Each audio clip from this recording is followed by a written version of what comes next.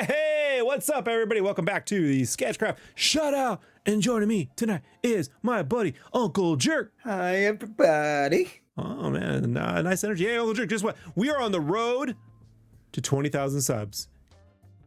I think this year, in 2025, we can hit 20,000 subs. Also, please, if you can, go check out Uncle Jerk's site, because this is how I pay Uncle Jerk. Pay him in subs, right? So we're going to go over there right now. Uncle Jerk, we're on the road to what? What would you think? What, 15,000 this year? You think that's pretty Let's good? try for 15,000. That sounds Try like for a 15. reasonable number to me. And make sure you like and subscribe both of ours if you like the stuff you see. And in the meantime, let's move on to the topic at hand. What am I looking at right now? Here, buddy. What am I looking at? You know what this is? Joe Chiodo color guides, and not like photographs or copies or like anything like. No, this is like Rob being like, "Let me flex." I just turned on, like, I like walk up. I'm like, I'm always late, and so I got here on time, and Rob was away, and I looked down, and I'm like, sweet Jesus, that's a Joe Chiodo color guy. And like then I saw the Chiodo like in it. If you don't know who Joe Chiodo is, he came to fame in the 90s as a colorist primarily at Wildstorm or Homage Studios, coloring Jim Lee stuff, and then as well as Top Cow, right? Going to Top Cow, coloring over there too. I think He did was Cyberforce. the height of his popularity, 97, 98 with those two. But to be very fair, he was very well known before that. Correct. He was very well known before that. He colored, from what I gather, a bunch of Rocketeer stuff too. Am I right? He colored all of the Pacific Rocketeer stuff. He started off on doing Savage Tales, the Conan book for Marvel, and then you were talking about him doing some pinups that I haven't even seen. And like, I guess Chiodo is really bad about like signing stuff and like just not super huge on credit. So I don't know. He signed there at the very least. So we know what his signature looks like. Joe C.H. Check this out. So what I did, check this out. Boosh. Look at that. Oh, that's awesome. Right? So this right here is the published version of this color guide. And at least these right here are straight from the digital source. Right? Don't ask how I got it. And so you can see you can see the difference here in some of his colors, by the way. Let's just, if you want to zoom in, I'll show you. Hey everybody, check it out. I am at Uncle Jerk's YouTube channel, and joining me today to tell you all about it is Uncle Jerk. What's going on, everybody? So why are we looking at my YouTube channel? We're paying him an exposure. So guess what this is? Documentaries. I've done everything from interviews and documentaries about Scud the Disposable Assassin, Sam Keith and the Max, Arthur Saidam. If you like my historical input into these videos here, you might find something that really interests you over on my channel. Be warned, they're a little bit longer, but I guarantee you, if it's a subject that truly interests you, you're probably not going to find a more in-depth or analytical dissection of that. I have got some of the funnest interviews. I mean, I still can't believe Kelly Jones talked to me for 7 hours. 7 hours. 7 hours. We haven't even done 7 hours of this show. So let's get back to it. We gotta get our numbers up, Uncle Jerk. All right? It's enough of you time. All right. I was gonna say it's enough about me. Let's get back to the issue. So what's really cool, when you come in here, guys, you gotta see like the level of detail he gets with this. Is all marker work. This paper, it has a thickness to it. It feels like it's not cover stock. It has like a texture to it, so you can tell like it absorbs the marker. Like it's all marker work.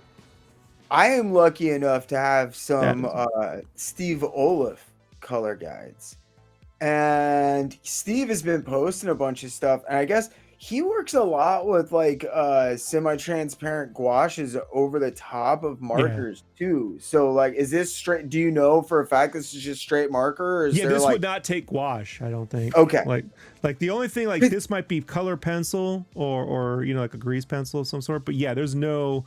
I mean, you could feel gouache when you touch it. It has that texture. That's why I was wondering, and it doesn't warp. I was just curious. This paper feels closer to like the kind of. It's funny when I feel it. I feel the 90s. Like I feel like I felt this paper in high school. I know, man. I was like, this is so flimsy. Yeah. Like, it's got crazy properties to it. I don't know, man. It's hard to explain. It's nostalgia. It feels like nostalgia, Rob. I know, and you can see like some some alternate squiggles, but these are obviously like photostats or photocopies, toner or whatever here, so it doesn't bleed. And these are markers just right over this stuff, dude. And yeah, see, and that's what all my Olaf stuff looks like too. And then I guess he was like, "No, I use the gouache on a lot of that stuff," and I was like, "Wow, that's weird." But what's your first thoughts on this compared to the printed version? Well, I mean, like, I think basically in all okay. To be fair, basically in all cases, I prefer hand-colored stuff. From your own, like, when I look at your stuff, like, and I talk to you, I'm like, do it traditional, and I don't. I think a lot of people are like, think that that's nostalgia, but there's nothing against, because what I would assume are Wildstorm FX colors on the next page, and like Wildstorm FX, and like Joe worked for them, and he ended up winning an award as like the best colorist, and I think in '97 under them, and then under his own name in '98, and like they're totally decent, but definitely like the purples and those blues on the bottom of that page. And I can see how your editor's like, "Oh, that's hard to read." I don't know, man. So the couple things for me: one, some of these colors are just not printable. Yes, totally. They're out of gamut. It dyes, pigmented stuff. It always has an intensity that doesn't translate. Two, they were initially printing on newsprint, not glossy stock. And so like all the benefit of doing markers where you get like this texture work, which you can actually see that's in there. You get these little buildups of these lines, and these, especially like in the teeth and in the skin tones, you get these little streaks and buildup, would get lost and shoot up anyway. So when you go to digital separation, the end result means you see the paper texture and the clear grads. All this noise might get shoot up a little bit worse. And then second of all, you're able to do effects over the lines, which became very popular in the 90s. I could tell you, I remember at the time, like I met the Chaos Comics guys when they first started, and they were still coloring all their comics with markers. And I thought it was awesome. But when you saw the marker work next to the digital stuff at the time, it felt archaic, Archaic, definitely, yes. I would give you that. Over time, right, now that we've had so much of it, when you go back to the traditional stuff, you're like, well, maybe you throw some glows over it in Photoshop, or you touch it up or spoof it up here and there. But for the most part, I just prefer this, right? It's weird how that has changed. Now, not all of it is going to be as dramatic, but let's go to the next one. Whoa. Yeah, see, this is what I'm talking about. Look at how much more readable that is, though. Like, because I get that some of it's not reproducible, but like, really, that you thought that the purple with the black saturation and just like 2 bits of like, really? Well, what I would say is, and it's not every time, and we had a lot of color guides to go through, folks, so I'll show you some other examples where it doesn't work as well. But when you're working with traditional media, you do have to think in value separation more. Like planes, this is a certain value, this foreground, middle ground, background, maybe even further back, right? And I think here in the digital seps, they were going for punchiness, like you do read this more, and in here, maybe you see like back here in the foreground more, but you lose so much color fluctuation here. There's a lot of really, really nice, like, color fluctuation up in here, bro. From the markers. It looks like a actual like 3-dimensional plane. The other one looks flat as hell. Yeah, and dude. but see that flatness, because they're doing cuts and grads in Photoshop at the time, right?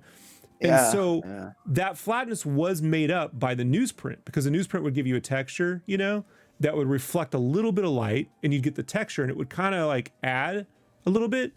But when they put it on glossy, it just went straight clean, and so you lose all the three-dimensional rendering.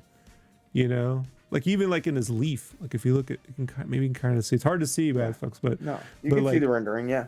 You know, even here, like with the bush, like that's just, you know, marker, but it pulls these planes out, and here it's just like gray, right? Like it's just gray. A flat mat of glob of shit color. I do like these pinks, these stronger pinks on the digital SEP a little more. Like I think right here. No, that's the one thing that I think maybe works better, but it shouldn't be that highly tweaked, and they should have kept the fade. Like I get where, and I see even where they drew the color from, but still. But he's probably using not Charpak, but like Prisma. Prisma had a Prisma marker back at the time that these like nubby ends, and these kind of like that. I can't say that's what they were, but they look like that. They didn't have like the kind of strong pigments we have in Copic markers, like strong magentas and stuff. We didn't have those dyes at the time in an alcohol marker. So the only way to sort of get that would have been if this were on like a Bristol of some sort, you know, and he did some gouache or something, or even like if some of those are just on paper, they just wrinkled up, you know, like they got all warped. Yeah, I was gonna say, because he's got some that are just on paper that are like a couple of Max covers and stuff I've seen. What's up, crafties? Spawn Kills Every Spawn, drawn by yours truly, out on shelves now. Issue 1, issue 2, issue 3, and issue 4, all on the stands. Local comic book shop, you can get them, as well as Amazon, everything else. Plus, on December 18th, 2024, issue 5 drops. Oh my gosh, look, I already have it. It's ahead of time. I got it early for the Christmas season, but December 18th, you can grab it too. And don't forget, if you look on eBay and around, you'll be able to find the Spawn Kills Every Spawn sketch cover. I might even have a few on my store soon with some commissions and drawings and stuff. So go in there.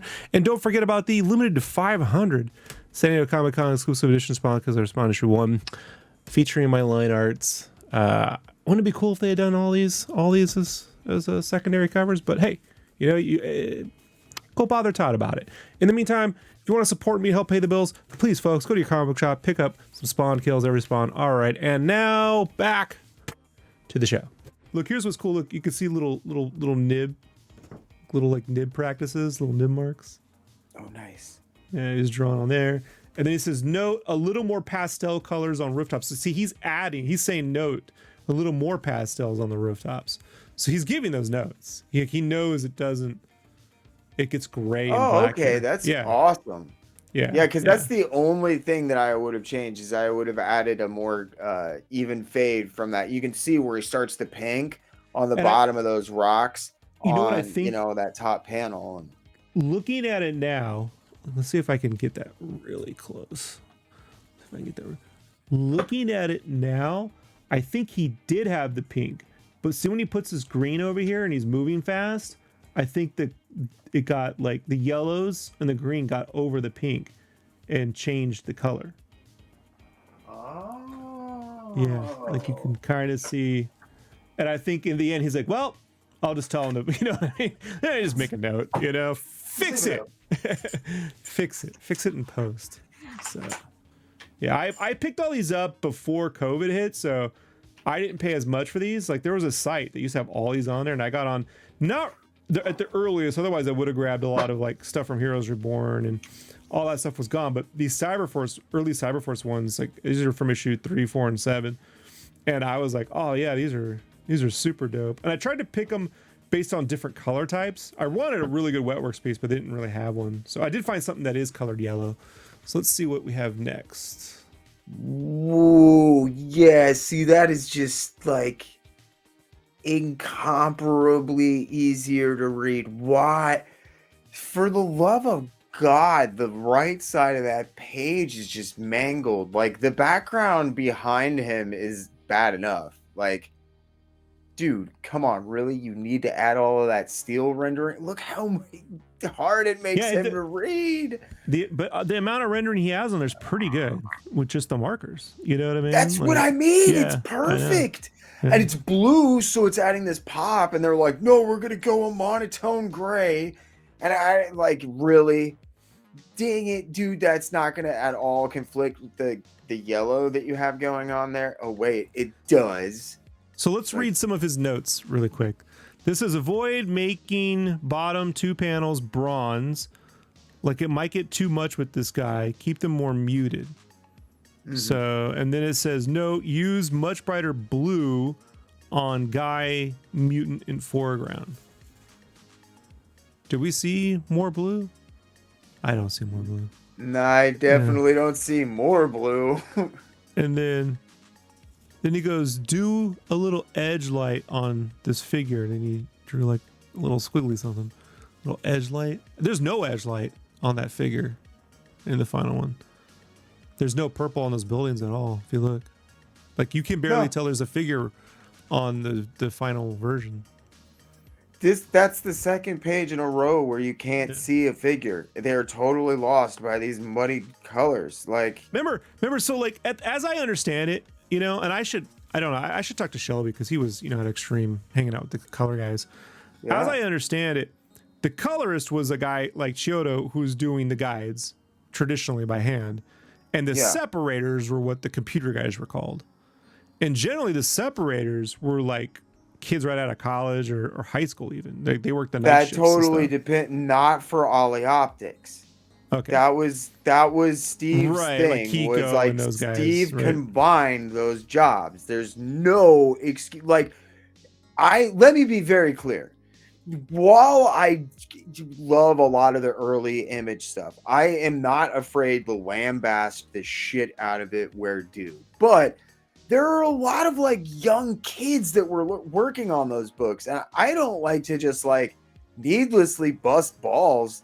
This is ridiculous. Yeah. So well, look, the one thing youth, kids in their youth, when we're young, man, like you got all the new trend right in you. You got I want to change the system. I got these ideas, and you can see it in the art, and that's what I was relating to when I was younger. But what they generally don't have, and not all of them, but a lot of them, so you don't know how to follow instructions. You know, they're not very good with the details. You learn that kind of with experience and age. You know, that's like, oh yeah, I screwed that up, or I got hosed. But you know what is cool? What is cool about this? Pisses me off is they did listen to the notes. Look at the muted colors on the bottom and how they separated them out so they don't look totally like bronze, just like his notes. They're reading stuff. It's just like, no. You never know how fast they had to work too. You know, I always give, the speed. You're right. He gave this note. Damn it, now I feel like an asshole. He gave this note and then marked it all out. And I can't, let's see if I can kind of read it. No, I can't. Yeah, sorry. Can't, folks. But what I thought was kind of cool to notice is, look, you know, he's not staying in the lines. You know what I mean? Like, that's cool. These are rough, man. A lot of them are roughs, you know. But what is upsetting to me is, like, if you're able to do that, you don't even have to worry about staying in the lines, and you have a limited color palette, like you said. So, like, you have a super limited color palette, Rob. Like, you don't have anything that explodes off of the page. Why the hell is it that when I'm looking at the page on the left, that looks like the printed page, and when I'm looking at the page on the right, I'm like, man, I'm glad they tweaked that color guide, because the pinks and the blues on the top of that page alone are shameful. Wow, see, they can follow guides, kind of. Now, here's something I want to notice that's cool too, and I don't have a lot of these on this one. The lettering aren't on these pages; they're done separately. But I have other guides, copies of digital ones, where you can see like the sound effects and the letterings on the page, and Chiodo's coloring those too. And what I like about that is you're getting someone who understands color theory extremely well at a high level, coloring the letters and the sound effects. And not someone, no offense to a lot of letterers out there, you know, you do the yeoman's work, you know, like I appreciate it, you know, a lot of work goes, but a lot of them they have horrible color palettes. Like I'm just so sorry. So sorry. They do. So, because a lot of them are editors too, that just letter to get the books done, you know? And I've seen when they add colors, I'm like, oh man, why did you do that? You know? So, it is great to see Chiodo laying down like that, you know, like there's a letters who'd make that to stand out, they'd make the boom all in hot pink.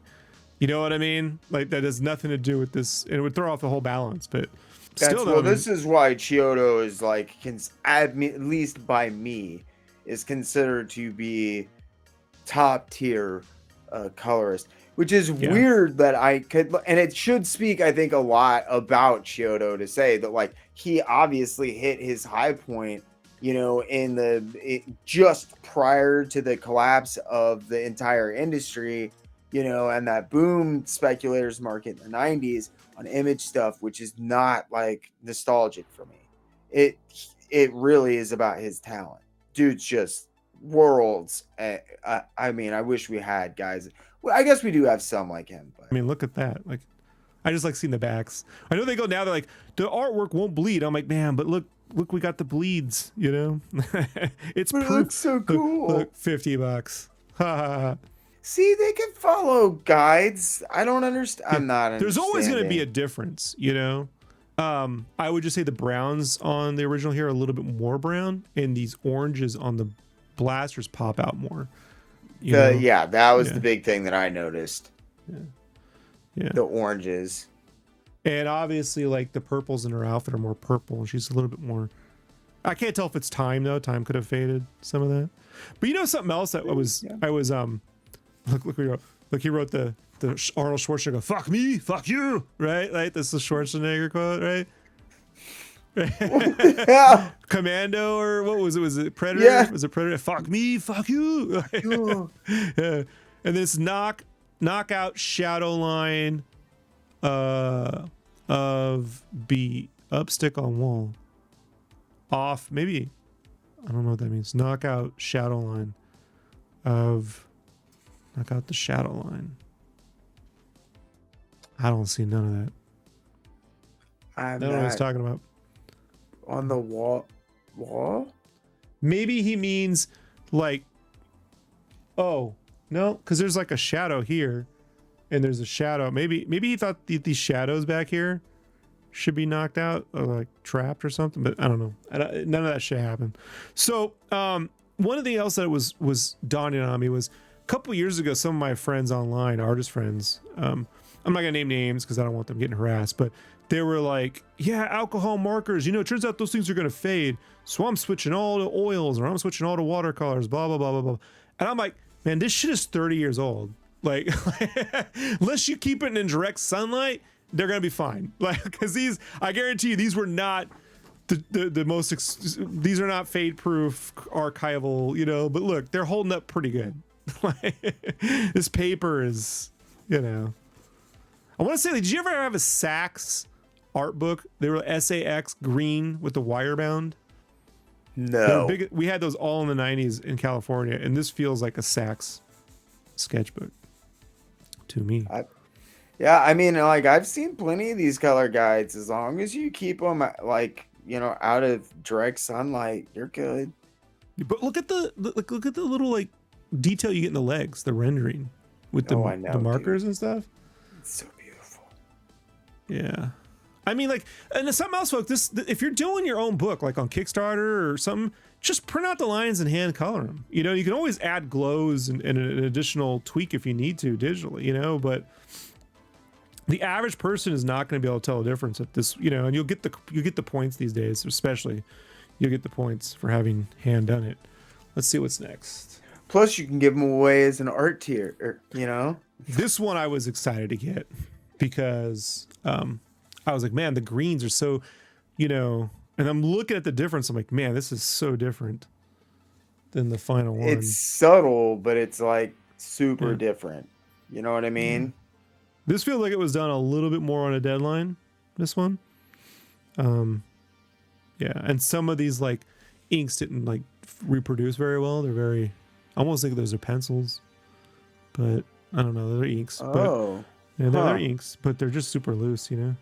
But clearly, like the final has more of like military greens and olive greens, and you know. Yeah.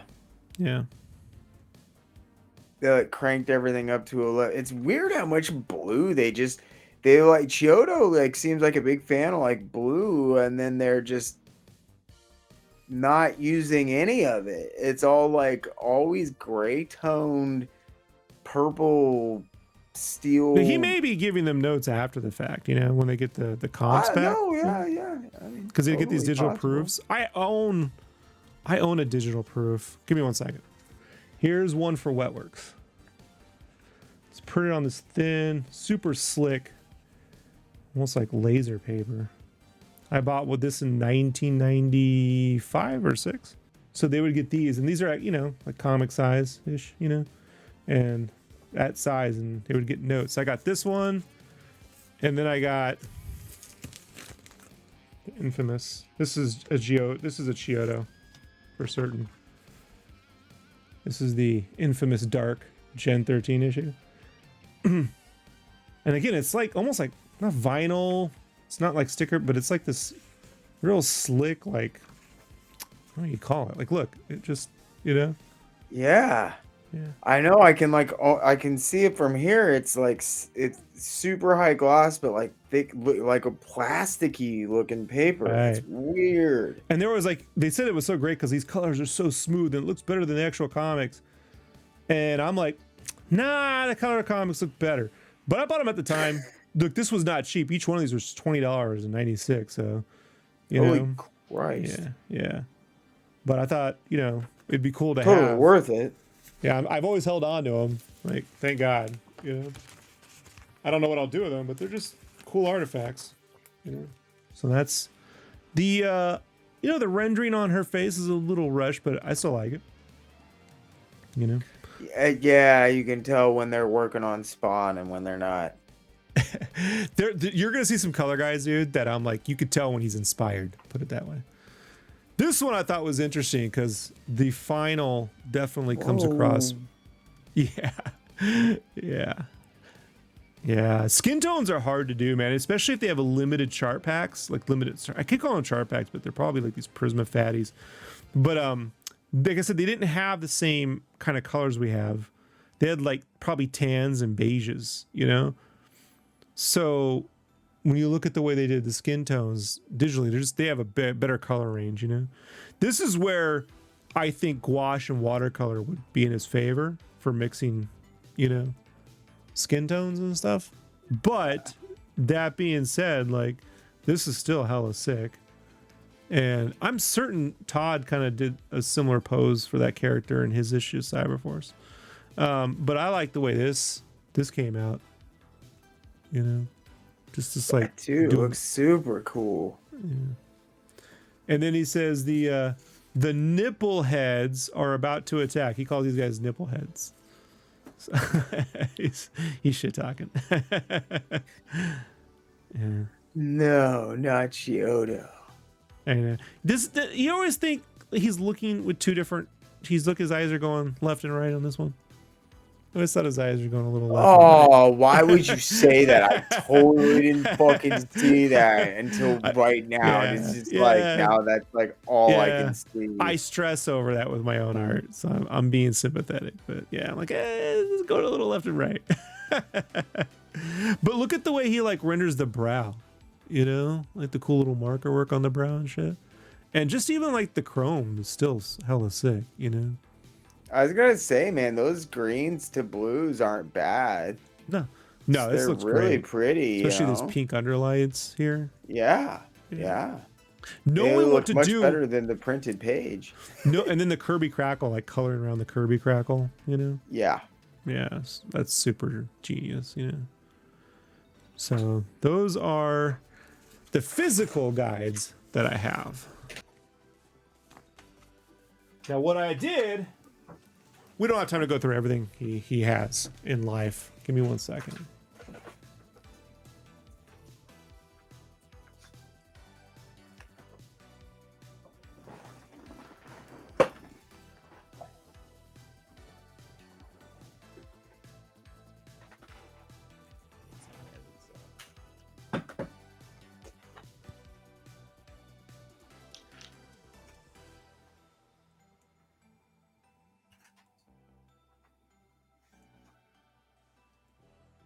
Okay.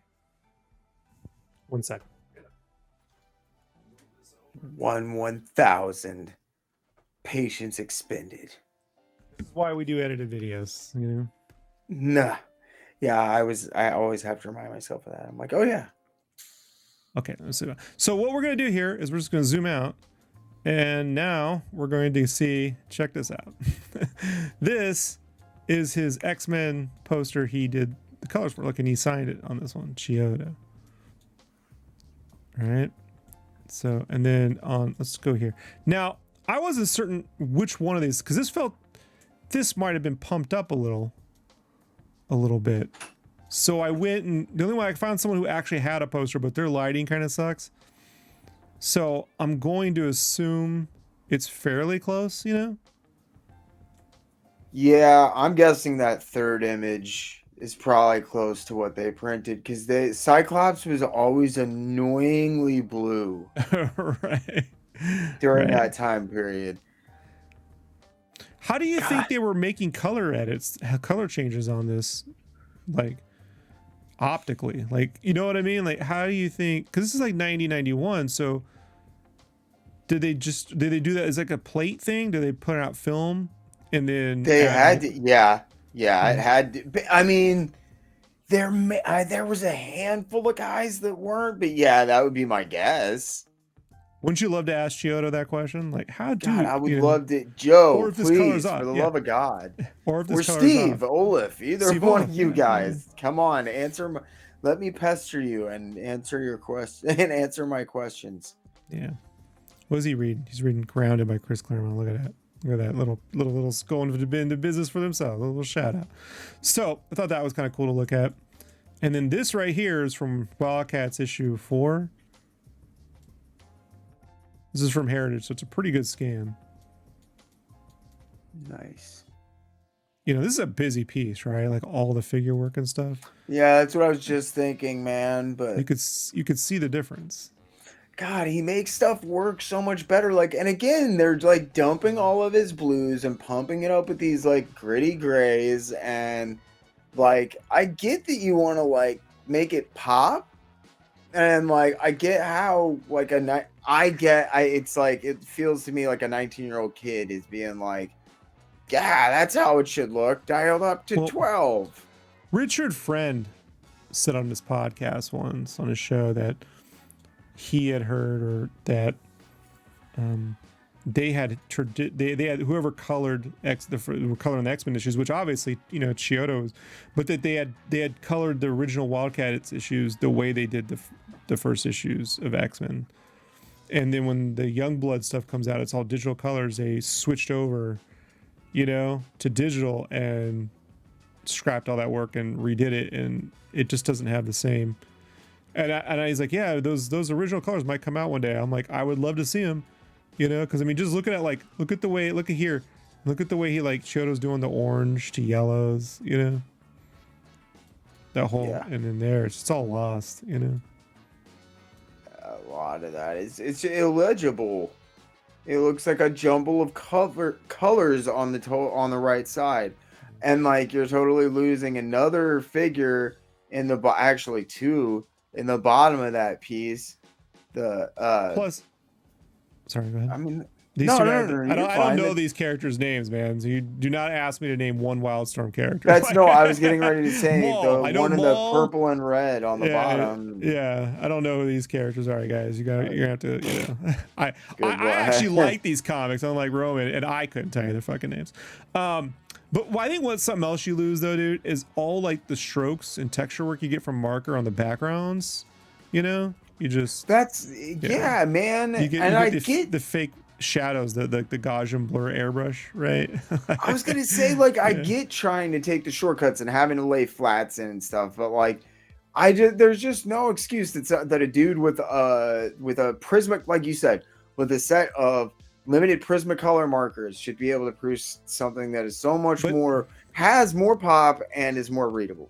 They're not doing glows and stuff. Haberlin comes around and he's throwing Photoshop glows and shit all over, and that really did change. I like the way that it was making effects and stuff look pretty amazing. But here you're not getting any of that, so I don't see, other than just a pure, you know, quote unquote clarity of line, right? Like you don't get, like here you get the bleed of the yellow into the gray. And here you can keep yellow here, gray there. But the average person was not going to complain too much about that sort of thing, you know? They weren't even going to notice it after reproduction. Even if they converted this to the 4-color standard, I still think, you know, some people think that first issue of X-Men, we got to cover it sometime. I'd love to do one where we cover the original with the recolor, right? When they turn everything brown, that'd be fun. And Tom Mason. God damn, that guy is going to get shit for the rest of eternity. Yeah. Oh, I saw a post where he apologized for that and everything. Yeah, well. You know, look, man, sometimes it happens. But no, he was like, that's what I was told to do. Yeah, he was told to do it. I blame editorial. I never blame the you know, the right. Now on this guide here, right? Let's see. You can kind of see zooming out. You do get a stronger purple and pink scheme, you know? Yeah, but you lose Maul. You do lose Maul. Look at Maul here compared to here. That's what I just said. Yeah, it's beautiful against that blob right. of shit on top of it, which I can read in the top. And Chiodo's using white here as his highlight on Spartan. And here blue is they won't use any of those. They're like hyper accentuate. I get it. Extreme power, extreme color, extreme. But like, dude, really? You're gonna like look at those next to each other and tell me like that printed face looks better? Oh, come on. Come on. Look at that. Yeah, look at how my Spartan is gone, bro. Just gone, like annihilated. Like what happened? The rendering here, like you can see his muscles going forward here, right? And here, just it's gone. It's just flat. And look at the glove. Look at the glove here, right? The power, and look at this. Look, I was gonna say, like what glove? What right. glove? Right. I see a glow. I see no glove. Look, this does in some way,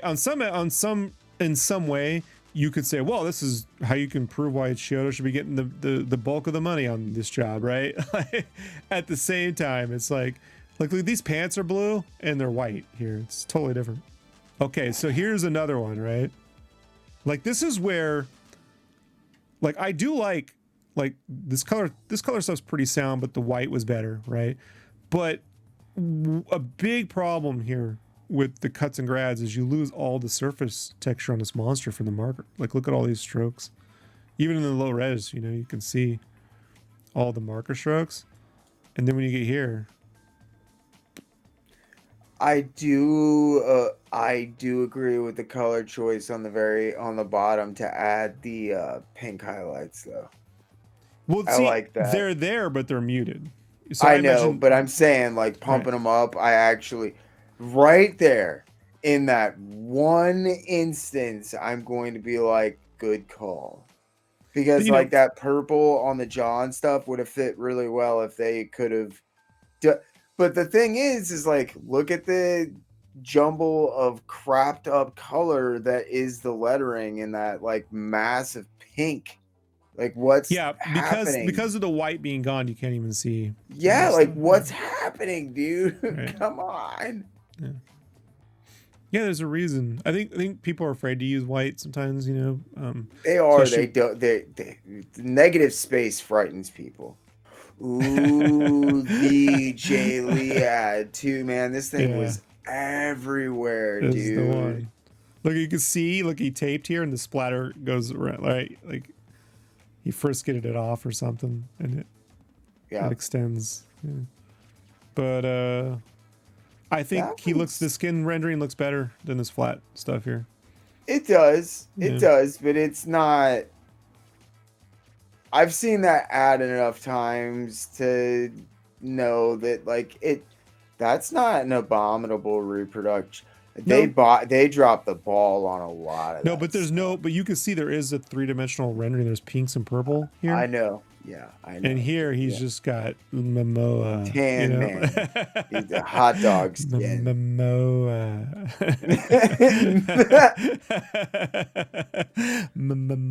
My Momoa, right? I'm surprised Weird Al hasn't done that yet, but we'll get there. It'll happen one day. So And then here's. Now this I feel was just like a get the job done day. You know? Yeah. So, but there is three-dimensional rendering. Look at all the highlights on the chest here, right? I was gonna say, even then, it's so much better. Yeah, I know. It is. It is. Yeah, this one irked me. It's like, but look at all these teals, right? And back here and these yellows, you know, like all this. And then hey, look at this, right? This is vomit. I mean, tell me how that you was feel, my Rob. problem with all of those early digital colors, man. It just looked like a vomit of colors and like Not a big everyone. muddied mass. Not everyone. Olaf knew what he was doing, and Kiko knew what he was doing, but a lot I said of those, early digital. right? Early Right. digital, like Chameleon and all of that. Those guys that got kicked off of Okay. the image books before Oleoptics got picked up. And Now you ready to get Roman mad, folks? You ready for this one? This is why you guys showed up here. Cybernary. Cybernary. Hey, whatever. No, Dude, Nick I mean, Manabat. like- Nick Manabat. Brilliant illustrator. So I told you before the show that I had like a kind of a cool special thing that I wanted to show you, right? Yeah. Well, it might just be Nick Manabat Artist Edition. Oh, dude. We got to do that video. We got to do that video. Oh yeah, I know. We're going to do that video. So, the Nick Manabat, if you don't know who Nick Manabat was, I'm going to let Roman explain a little bit more detail. I'm not as familiar with this history other than that he died too young, too soon. And in my opinion, set a guide for Top Cow, even though his book was in a Wildstorm Deathblow book. Like, I really look at the Manabat stuff and then I see Witchblade and the Darkness, like, a couple years later. I did not know. This is what we were blown away by, right? This right here. I go to Comic-Con the next year and I saw this, you know, these color guides, dude. I saw these things at the Wildstorm. I can't remember where I saw them. I'm not gonna say that, and I was like, what happened to the detail? Do you have any insight on what happened? Like, you mean between like the color guides and the actual printed pages? Yeah, like what happened with the detail and the inks and the blacks? Like, how did they get crushed? Bro, I have no freaking clue, because I have the artist edition, which is all scans of original pages, and they look even better than the color guides. So like, normally, you know, you can only reproduce a line that's so small and stuff. But like, I've spent enough time looking at like Simon Bisley and Sam Keith and a couple other dudes that used like, I mean, minuscule lines. So I know how those reproduce. It's weird as hell. Cause man, I always liked Manabat. I actually really do. He incorporated what I would consider like a Giger-esque biomechanical style. Probably, I think that's his biggest contribution, is that he was able to make it look not like Asiatic, but very westernized, and like brought that in, and it became a staple, not just of Top Cow because it was them at first, but like when you see biomech for 70-80% now in 2025. But he's doing this at Wildstorm, but Top Cow picked up the look and ran with it. I feel like Mike Turner, I think Mike Turner absolutely had to have been influenced. Freaking you know? Yeah, had to. But this is criminal, right? Like, you see this. This is criminal, right? Like, I know. Just wait till you see the artist edition, because it's even more. It's even more clear than that, because that's like a fucking photocopy. Like, what? And you can see how Chiodo too is using purple, blue, and yellow to get this fluctuation of color, right? So it has this cool to warm in the ground. And here it's like, hey man, just gradient, you know, you fucking dick. Like, you know? No, I happen to know. I am assuming they were using Photoshop at the time because this doesn't look like Cod Barrett. Photoshop was pretty minimal for the first 3 versions. wasn't until like version 2.5, 3.5, somewhere around there that you actually had layers. I remember using that, the first one they got layers on. But even then, you couldn't use layers in the way that so you still had to do everything in channels. You know, like so you had to know how to like mix. You do know how to color in channels, guys. It's a whole nother way of thinking. So I think there's a couple other guys like Scott Clark and a few other dudes from like Wildstorm that I think really fell victim to the early digital coloring, and like their line work was like so much. I don't want to say just better but different, and like really had a unique organic quality that was like and like it's not to slam on anybody, because they were learning how to do all of that stuff at the time, and it was super limited, and like I get that, but like dude, it is sad, you know. Yeah, look at Scott Clark, and look at this kind of rendering here Chiodo's doing on this, and you know that didn't make it to print, you know, this kind of like surface. It all ended up super flat, you know. But even look how Chiodo knows how to leave he's like, okay, flat red background. I'm going to put all the rendering in every, you know, like he does a smooth gradient, like into that slightly dark. It's just, why don't we have books of this? Somebody start publishing fucking artist editions of these color guides. Right. Or at least including them. Well, that's the problem. That, like, whoever sold all the guides, if it was Chiodo himself or he had a site doing it, they should have put out a book of all that stuff. Yeah. But I mean, oh my god, yeah. But look at this, dude. Like, this just angers. I mean, what, you know? I mean, look, even like let's look at this. Look beyond this. Look at this explosion here, right? You know, and then when you get to the figures, I mean. But tell me this chick ain't Witchblade, dude. Just tell me it ain't. You know, like. Oh, dude, yeah. Come on, absolutely, absolutely. So that was a good one. See, good luck getting me upset looking at these books. I don't like reading them. That doesn't mean I don't like looking at them. No, I just meant in the reproduction from I meant in the reproduction, not in the. Okay, I was like, not in the because it's an image book. I meant because of the reproduction. I was like this is the piece that had to affect Michael Turner, right? Oh like, man, that is because that should have just been the cover. That should have been the cover. I'm just gonna be honest. I always felt that you just blow that one up right there. But I mean, look at yeah, but like look at how much of a just blobby piece of ass it is on the printed page. Like, yeah. And we were blown away by it. That blob, you could still get the raw visceralness, you know, of what was going on. You could, not to hammer on. Nobody was complaining. But when I came to Comic-Con and saw this stuff, I was like, what happened? I remember it was by Jerry Seinfeld. I'm like, what the hell happened? You know, like, what happened? Yeah. What did you do to his art? But like, look at this gleam here. This little gleam right here. Fred Willard. Sorry. Right.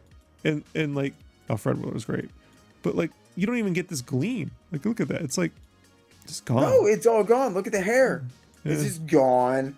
It's like, look at the smooth gradient into yellow, or into orange, which accentuates the yellow in that lightning bolt, which makes it visible even from a distance. Gone. It's like looking at like someone trying to reproduce Sienkiewicz's stuff in like this in like 88, like 87, 88. Like, oh, that is freaking unbelievable. Yeah, I know, dude. I mean, imagine Chiodo's coloring this, and he's like, man, we got the next big winner on our hands here, you know? This is it. And then this comes out. You're like, what happened, man? You know? Did they let Jay Lee re-ink this and then color it? Like, what happened? What? Taking digs at Jay Lee, huh? Look, you can even see Chiodo. Darkness, look man. at Chiodo. Like those thick, like Chiodo's throwing color pencil or whatever, an opaque over the lines, right?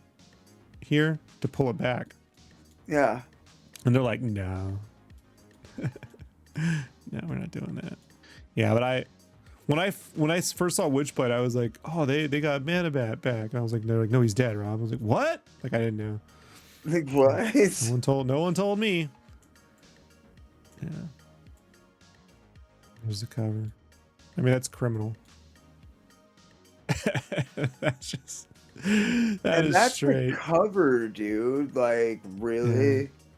Yeah. For real? I don't have the issues anymore, but yeah, they looked about that, you know. So, but yeah, this goes on and on. I'll show you a few more of these, and then we'll move on because since we're gonna have more Manabat stuff to look at. But this one I thought, love of God, dude. It's like a different drawing. Yeah, I mean the color, the lines, everything. It's like Something definition to stuff, and I mean, there's no way to keep a character on model, you know, like doing this. But who cares? There's something very like Kelly Jones about these abs. These are rib cage always to me. You know? Totally. Yeah. Okay. Yeah. Yeah, but I love like using the bullets as, you know, a shape. You know, this is his aliens, stuff like really reminded me of like underground, like 40, like Warhammer 40K metal, cover, you know, metal covers and stuff. And then when I saw his original art, I was like, holy Jesus, yeah. Okay, no wonder. Yeah, like it is there. I never saw anything colored this or printed this bad at Wildstorm before or since. So I gotta imagine Jim wasn't happy about this. You know. Well, so I can't imagine. Not. That's like embarrassingly. Yeah. And he's doing a great job. So this I thought you'd have fun with because you know this all too well. Deathmate. Now this right here is not Chiodo, but I thought these colors, you know, these hand rendered colors came out great with all this. This is like the best piece of Deathmate art in my opinion. This cover. Mm-hmm. Like this is sick. Like even if you're not a fan of these characters, these chrome with this is a sick layout, and these colors, like this is what I imagine the early Wildstorm books could have looked like had they just gone this way until maybe when digital coloring really got it into its groove around 95, 96, you know, 96. Yeah. It was. So, I will say it is one of the few times that I ever looked at a cover and appreciated Valiant's approach to colors, because I think that it was heavily influenced by Valiant's color, like Bob Layton and a couple other guys that were dealing with the colors out there. And I think it was very heavily influenced by it. I think it looks badass. And like if Steve Olive hadn't been the guy who swooped in and saved the fucking day, like Image could have gone fucking totally shit can. And like I would really like to have seen more stuff that kept that traditional, like more hand styled coloring that involved more artistic, you know, like direct artistic influence, you know. So yeah, totally, absolutely, 100% agree with you. No, here's how we remove all color. You know. Well, how is that not like the opposite? Like you should look at the right and be like, man, that color guy, they were really like, phoning it in. They should just print this one up. How dark it is. Just print that up. It's done. You know, like what are you doing, guys? What are you doing? Jeez. People don't know about Deathmate. This was supposed to just be a crossover with Bloodshot and Youngblood, and it turned into a 4-year battle. Yeah, like at one point somebody ended up having to fly to Rob Liefeld's house several years later and sit on his porch until he relinquished the pages for the final issue. If you guys want to know the full story of Deathmate, as well as like a short history of Valiant, make sure you swing by the Jerk comic page and check out the Deathmate episode I did. It is actually very fun. All right, here's another one. Like now, I mean, I could see here the softness of the clouds and the moon, you know, being a choice, you know, that you definitely get a softer. The only way to do that in a guide here would be airbrushing, and this is not. Let's be fair.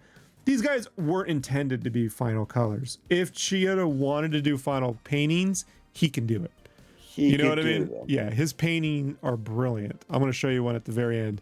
But what I find funny about, so this has got to be one of those ones Liefeld barely penciled and late and finished, right?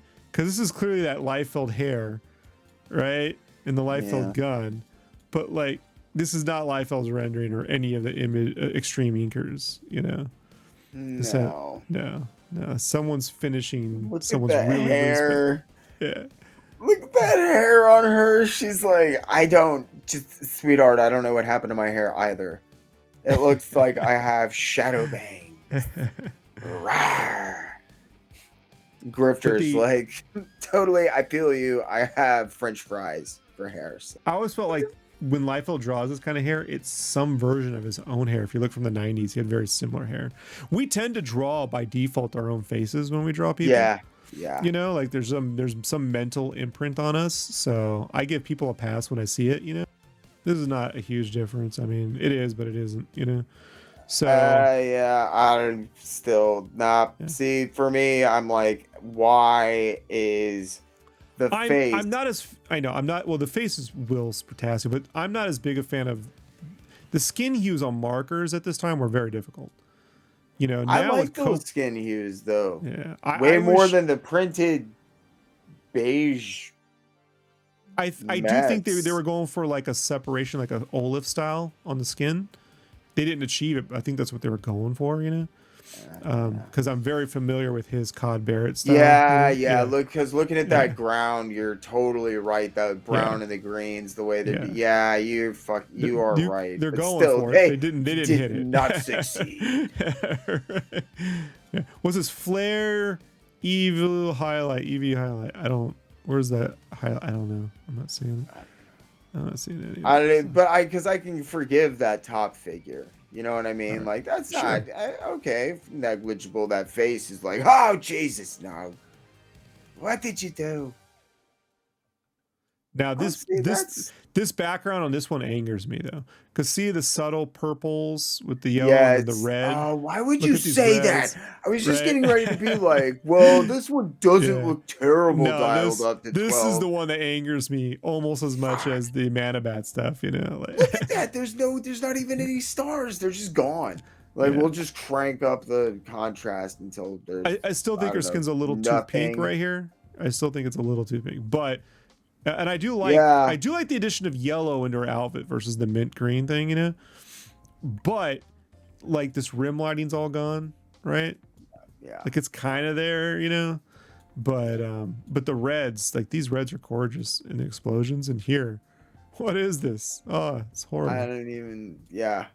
Plus, you know, you get all this texture work. I know this is a low res image, but you get the texture work on the paper with the marker with explosions, and they look nice on explosions.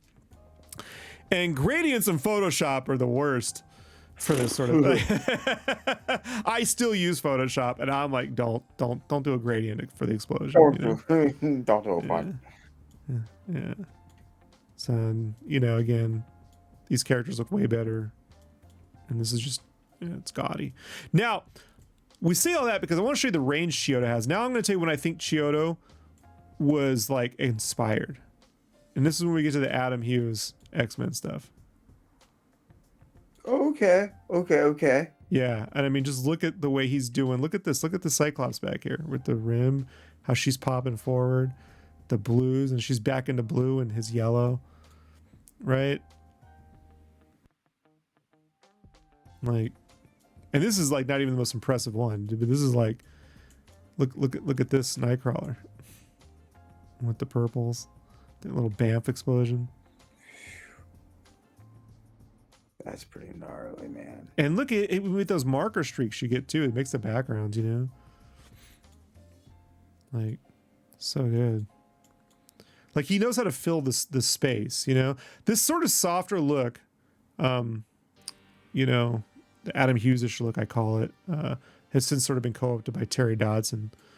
Okay, totally. Yeah. But the Adam Hughes-ish bit, you know, for me, like. I didn't like it for Wildstorm stuff, except on this X-Men stuff because it felt more Marvel-y. And when the X-Men are with Wildcats, I don't mind them dipping into that. But like, look at this, like the Rumble, The fire. Joe plus Martin, these pages 41, 44 take place right after pages 1 and 2. Yeah, because they don't have the script. And look here, they're just blocking in the text. You know, those are straight photo stats right there. That's not even inked. Nope. No, they're coloring photo stats. Dude. Yeah, you're working with Hughes, so you're probably up against deadlines the entire time for This sure. is gorgeous. Look at this thing. See, now Look at that this. is This like is what I'm telling you. how the fuck Yeah. do you make that page work, dude? That's Yeah. so much yellow. Yeah. And look at the way he Oh uses my- the reds here and the snake, the little Mignola monster, right? Little Hellboy monster going on. Oh. I know. Oof. This is what I mean. Like you could just see, you know, like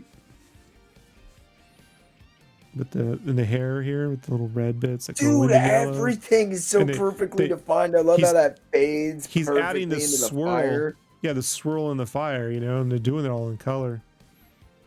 Yeah, I mean, he's adding so much to that You- piece. Like, I want to see the original line art for that just to be able to show people, like, oh my God, like, oh Jesus, he's accentuating everything about that piece. Yeah. That I'm Terry sorry, Dodson- that is like Did rare Kevin for Nolan a ink this? colorist. Did Kevin Nolan ink this? Did Kevin Nolan ink that? Did Kevin Nolan ink that?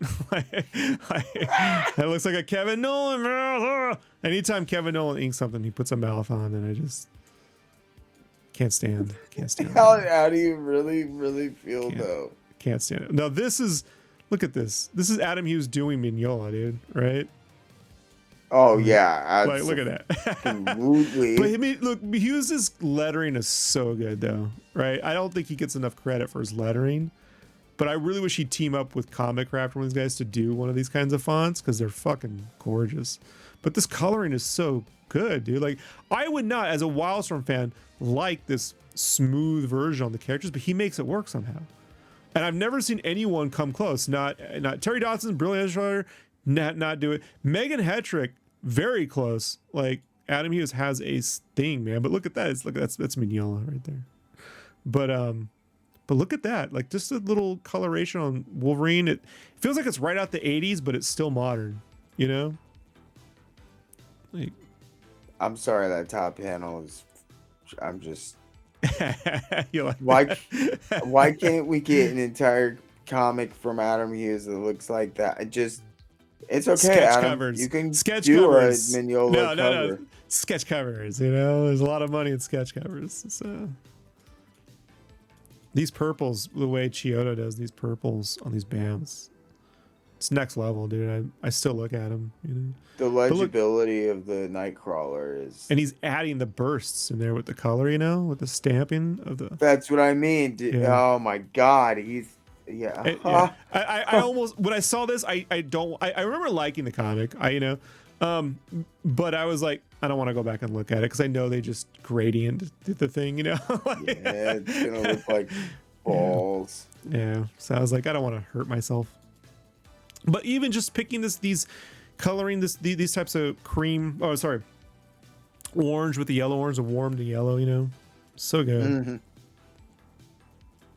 Okay, keep colors flat. Only white gun flashes, and do not add a ton of rendering to this. You know, hilarious. Plus, look, it's snow, and he's using blue here, right? Because snow reflects the color of this guy. Remember that, folks.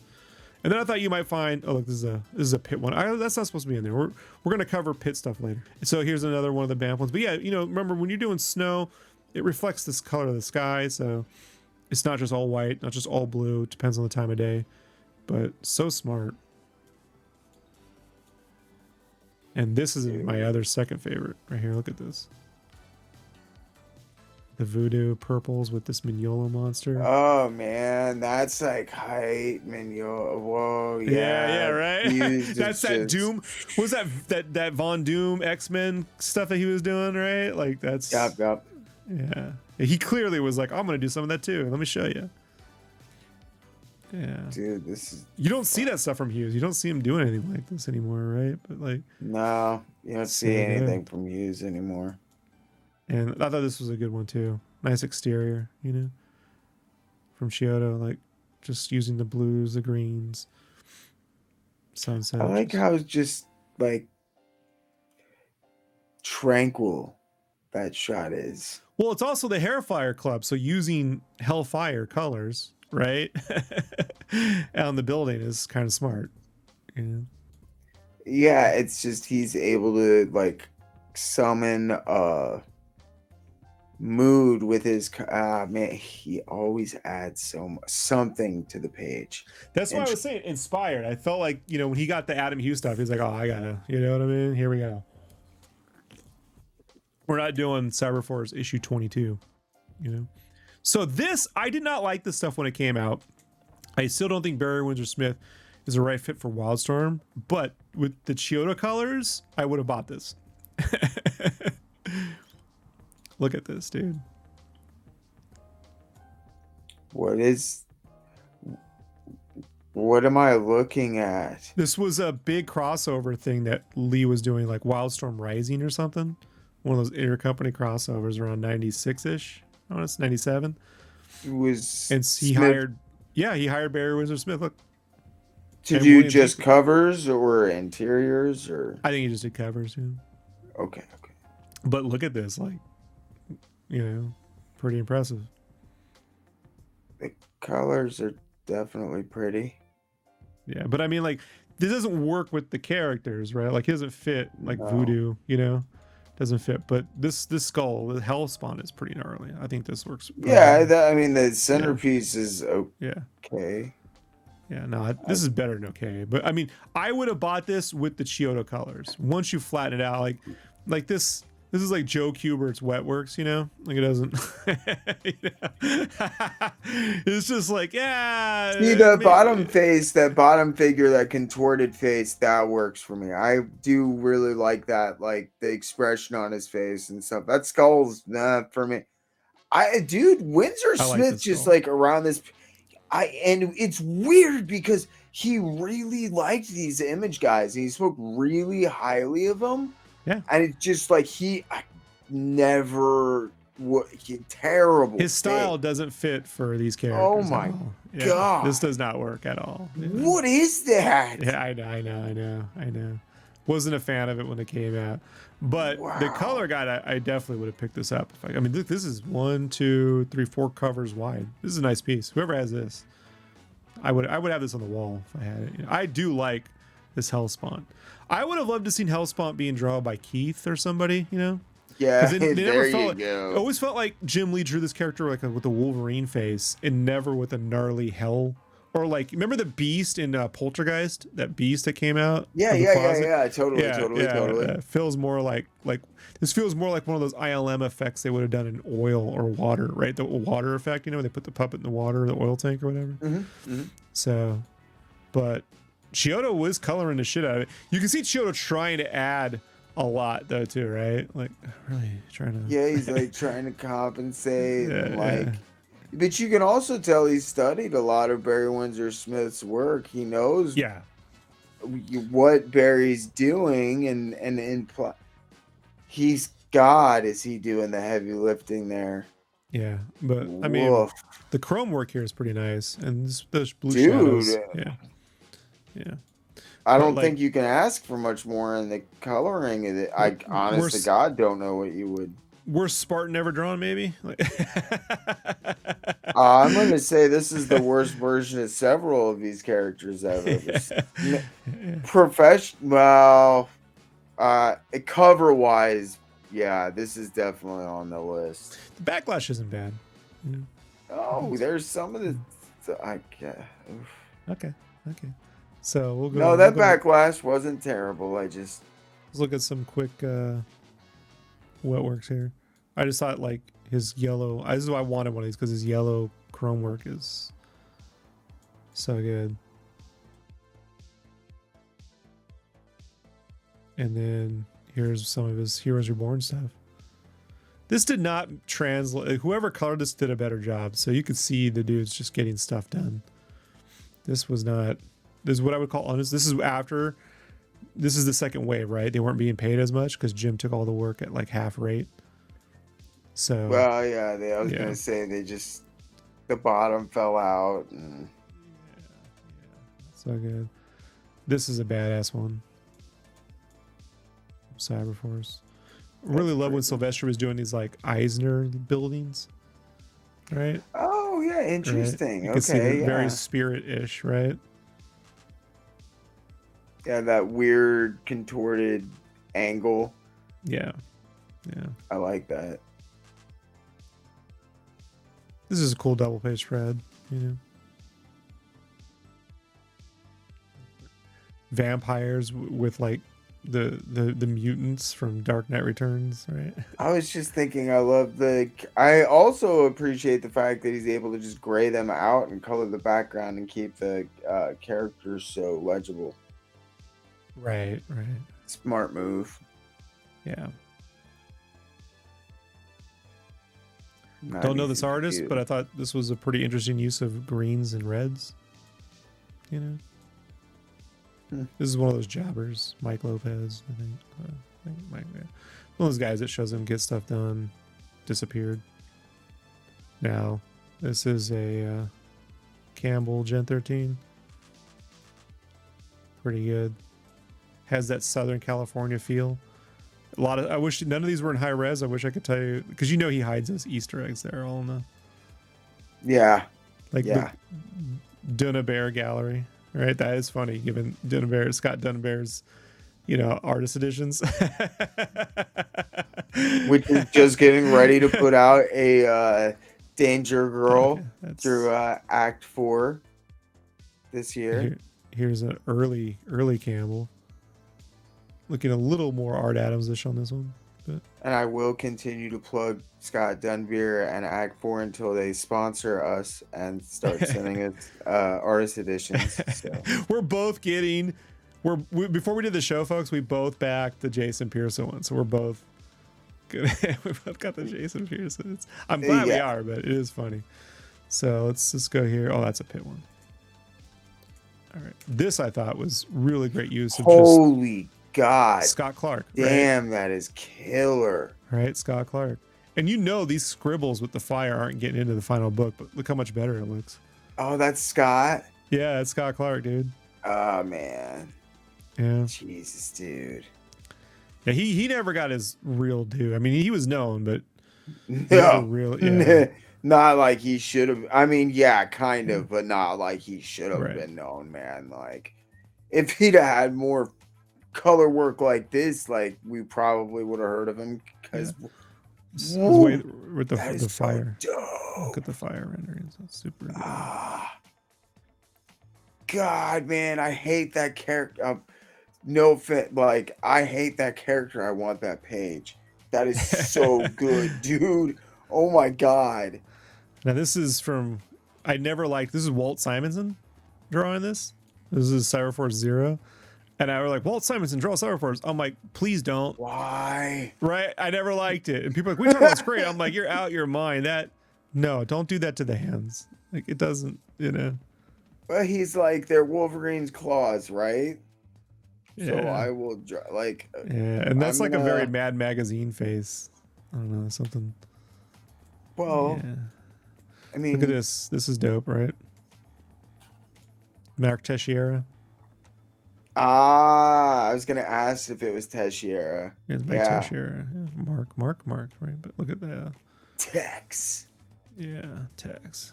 Man, that's cool to see Chiodo's colors over his, cause like. So I guess that's just like black and white paint. Huh? Interesting. You can learn a lot, right, from this, right? Even today, yeah, you can learn a lot from it. I'll give you all these files, by the way. All right. Cool. Thank you. So, yeah. I don't know why I picked that. I think I have a version of it. Let's just go through. Let's see. These aren't that. Oh, you might get a kick out of. We'll delete that one. Actually, I won't delete anything. I'll just move it over. But I thought you'd get a Silver Surfer, right? Chrome. Man, I wish he was that legible in the book. This is clever too, the way he's using the yellow and the pink. Oh, that's Right? gorgeous. Yeah. Right? I want Come to to see that life. in the man. I want to see how they bungled that in the printed page with the pink highlights on who is that? Abomination, maybe Abomination, whoever Yeah. that is. Uh, on that bottom panel are absolutely gorgeous. I'm obsessed with. Have you seen any of Nick Klein's stuff on the new Hulk book? Yeah, he's got that Bernie Wrightson kind of like flair to it. Meets Dale Keown, like, very cool.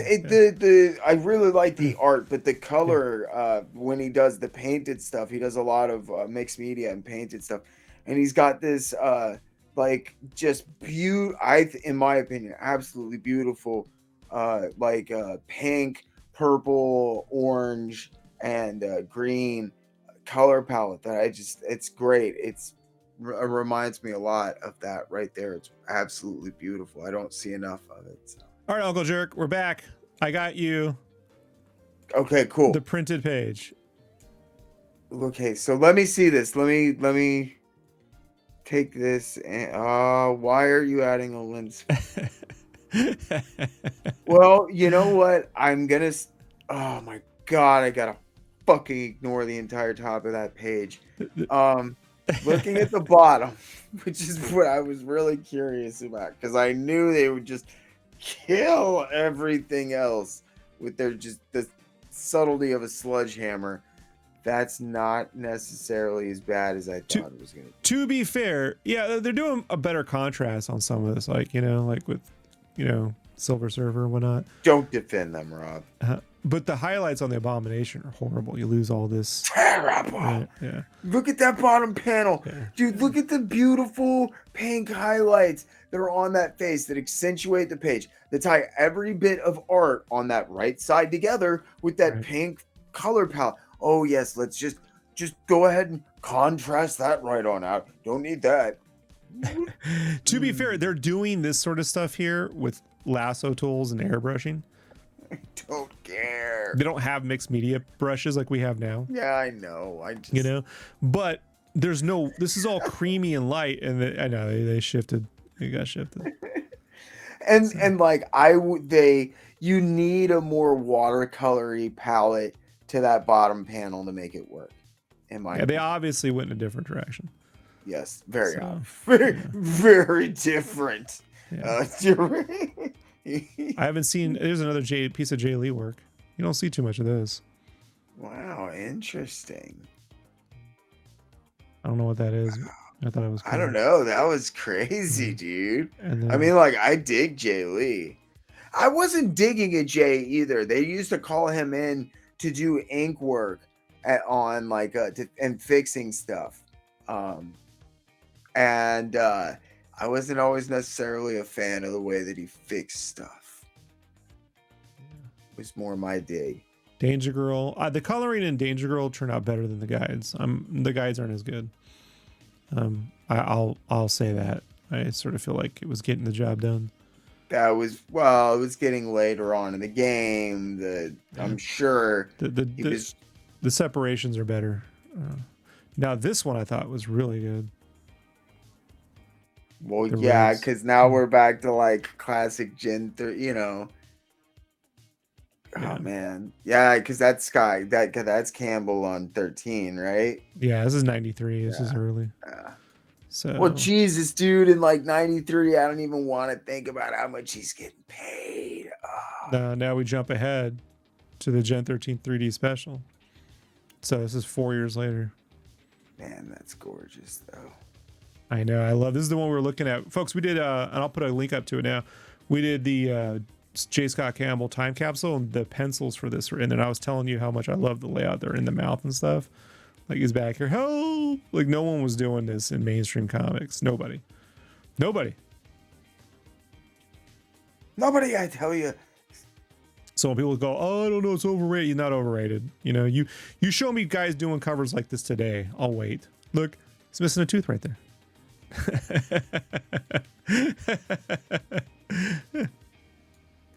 Probably made him chuckle. I miss you. Come back to us. Where have you gone? This J. Scott Campbell. She's getting a tattoo on her butt. Jesus, man. I love it. I love it. This Look- is look at why the I note. was just Look at like, the note. Red, pink swelling from the tattoo. Oh my god. maybe not for me. I'm gonna go ahead and just stick this. This is pretty dope rendering on Wetworks here with the blues. Oh, that's beautiful. Yeah. I think there was one they had left that had where he colored this character, but it was like one. It was almost 200, and I was like, that's too much just for some blues. You know, like I get it, I know I want it, but it's a lot for some blues, Rob. I really like this one. This might be this rendering on Ripclaw is pretty dope. Yeah, that face is a little off, but you know, it's a little. I hate to say Eric Larceny, right? You know what I mean? There's Ripclaw and what's the other dude's name? Warblade. Warblade. Okay. Yeah. No, I'm digging Warblade. Like, he made him legible.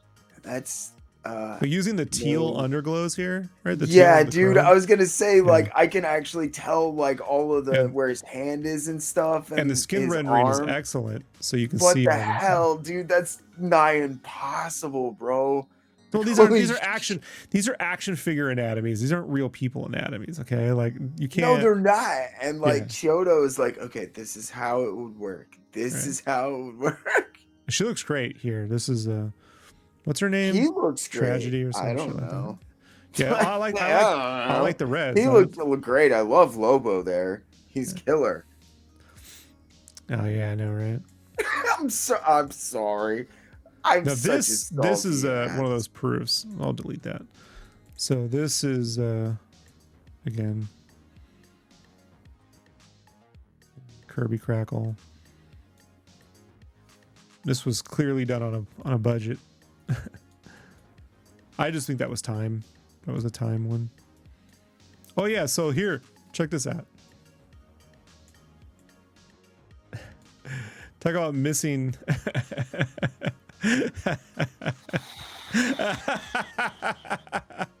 Right?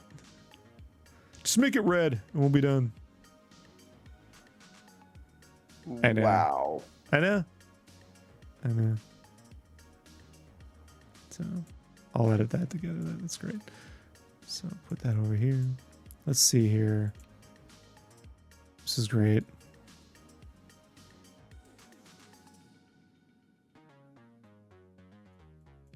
And then we have Young Sinister. This one I like. This one's dope. I don't know how he does it, man, with all the yellows. You know, back into purple, back into pink, down into grays, back into yellows and orange. Some point you just feel it. I mean, this rendering, it's just simple marker work, but it's nothing simple about it, you know? Nothing simple. I still don't see people doing sketch covers that well. You know, when they color with Copics and stuff? I don't see it. Yeah. I think Shelby gets very close, but even then, it's not at that level. And I think Shelby would tell you. I've seen some of those guys get good, but not like this dude. Like Olaf and Chiodo, or like, I don't know. So we got so many, we should probably do another video at some point. But oh, here, I want to see what you thought. Here's some more of that Barry Windsor Smith Wildstorm. That one's not as bad, right? as bad. Her face is not right. No, but oh my god, damn it, don't blow that up. I can say from back here it's not as bad. Ah, look at that nose. Like, what's wrong with her head? The composition is great, you know? No, it is, and it works better. I like this flow from Warblade into Maul into Fuji, you know? I can't believe I just remember that guy's fucking name is Fuji. I hate that that's in my head, but there we go. Oh my god, dude. I know. I only had the one issue, and I liked it, you know, in terms of the art, but you know, like that there wasn't much there other than that. But the coloring's brilliant, though. You know, like dude. Yeah. Those beautiful pink and purple undertones are. And I think this kind of pink is synonymous with classic comic book coloring. You know, we get so omitted these days. They just keep putting brown and everything. But I'm like, no, this, you know, even though this was moving for a modern look with those pinks, you're still getting some of that classic comic booky feel, in an otherwise not. Speaking of Stormwatch, Scott Clark. God bless Scott Clark. Yeah. Knockout action lines. Knockout means trapped, right? Like they do color holds. I believe so. Yeah. I think so. Right. At some point, they'll bust out my Scott Clark artist edition too. But yeah, we definitely got to do that. And then, so we've covered enough, folks. We've covered enough. It's been so long. Let's see if we get a couple more here. Like, I don't know what's going on here, but pretty cool. I was like, I have no clue what is happening. Is this Jay Scott? This looks like early Jay Scott Campbell. It looks like it. I would put, because this face here is, and that right there. That figure right there is, that has to be early Jay Scott. So there's one. This is an excellent cover. Coloring the whole bit. And when you see the final, I do think that the markers were better. In like almost all cases. Almost all cases. Frazetta shaped head. Frazetta shaped head. Okay. Check. All right. Voodoo's boob color. I love the notes, man. I love the notes. We got one last one here I can think of? That'd be good. Oh, this is kind of cool, right? Like, this is just one of his like random covers. He does paintings that are full acrylic paintings and oil paintings that look. This is Chiodo drawing as well. This was a guide for one of those. Super cool. It's crazy talented. Yeah, he's super talented. And I'm gonna end it on this, folks. I'm gonna end it on this. His max trading card. Ah, yeah. Right, that's the kind of paints that Chiodo does. And so when we're looking at some of these and go, oh, this could have a pink, that could have a pink. If he had been fully painting them, of course there's no time. He'd probably be dead in like a year. But gorgeous stuff. Right? He'd be like, and I gotta paint the issues. He probably colored them all in a week. Probably. Yeah. Probably had the whole issue done from start to finish in a week with separations. I'm saying, with seps. Yeah, totally. Yeah. Pretty gnarly schedules. Well, everybody, was this fun? Was this worth the? Are you happy, Uncle Jerk? Why are you wasting my time, Rob? Asking me that question? That is, of course, dude. What the hell? Did you look at all this image art you hate so much? Yeah, man, dude. Piss off. I love I love a lot of these guys so much, man. It's just like, even if I can't appreciate the stories, I can appreciate the art and the artists. A lot of these guys did a lot of stuff that I really do appreciate. I mean, Chiodo is one of those guys that I think doesn't get the recognition that he deserves. I would love to do. No. We'll do another episode of this, and it kind of opens the door, to talk a little bit more about Nick Manabat and Scott Clark, and that's really cool. And if the viewers like this, then we can do like a Steve Olive version, because he's got a bunch of stuff out there. Like he, put out all of the color guides for Akira, so you can like cherry pick those, and tons of Max and early image stuff. Dude, I almost bought his color guide to the cover to Spawn 14 with the medieval Spawn one, or is it 15, 14 or 15? But it was 150, and I only had $120 on me. And I was like trying to borrow $30 just so I can buy the thing, and I couldn't get $30. That sucks. I know. I wanted it so much. But yeah, we'll probably do a whole episode on just Chiodo's paintings and illustrations as well, because those are quite gorgeous. This is a good one to land on. This set. That's not my favorite. What's my favorite? Oh man, look at those colors. That's ridiculous. I know. There's so many of them.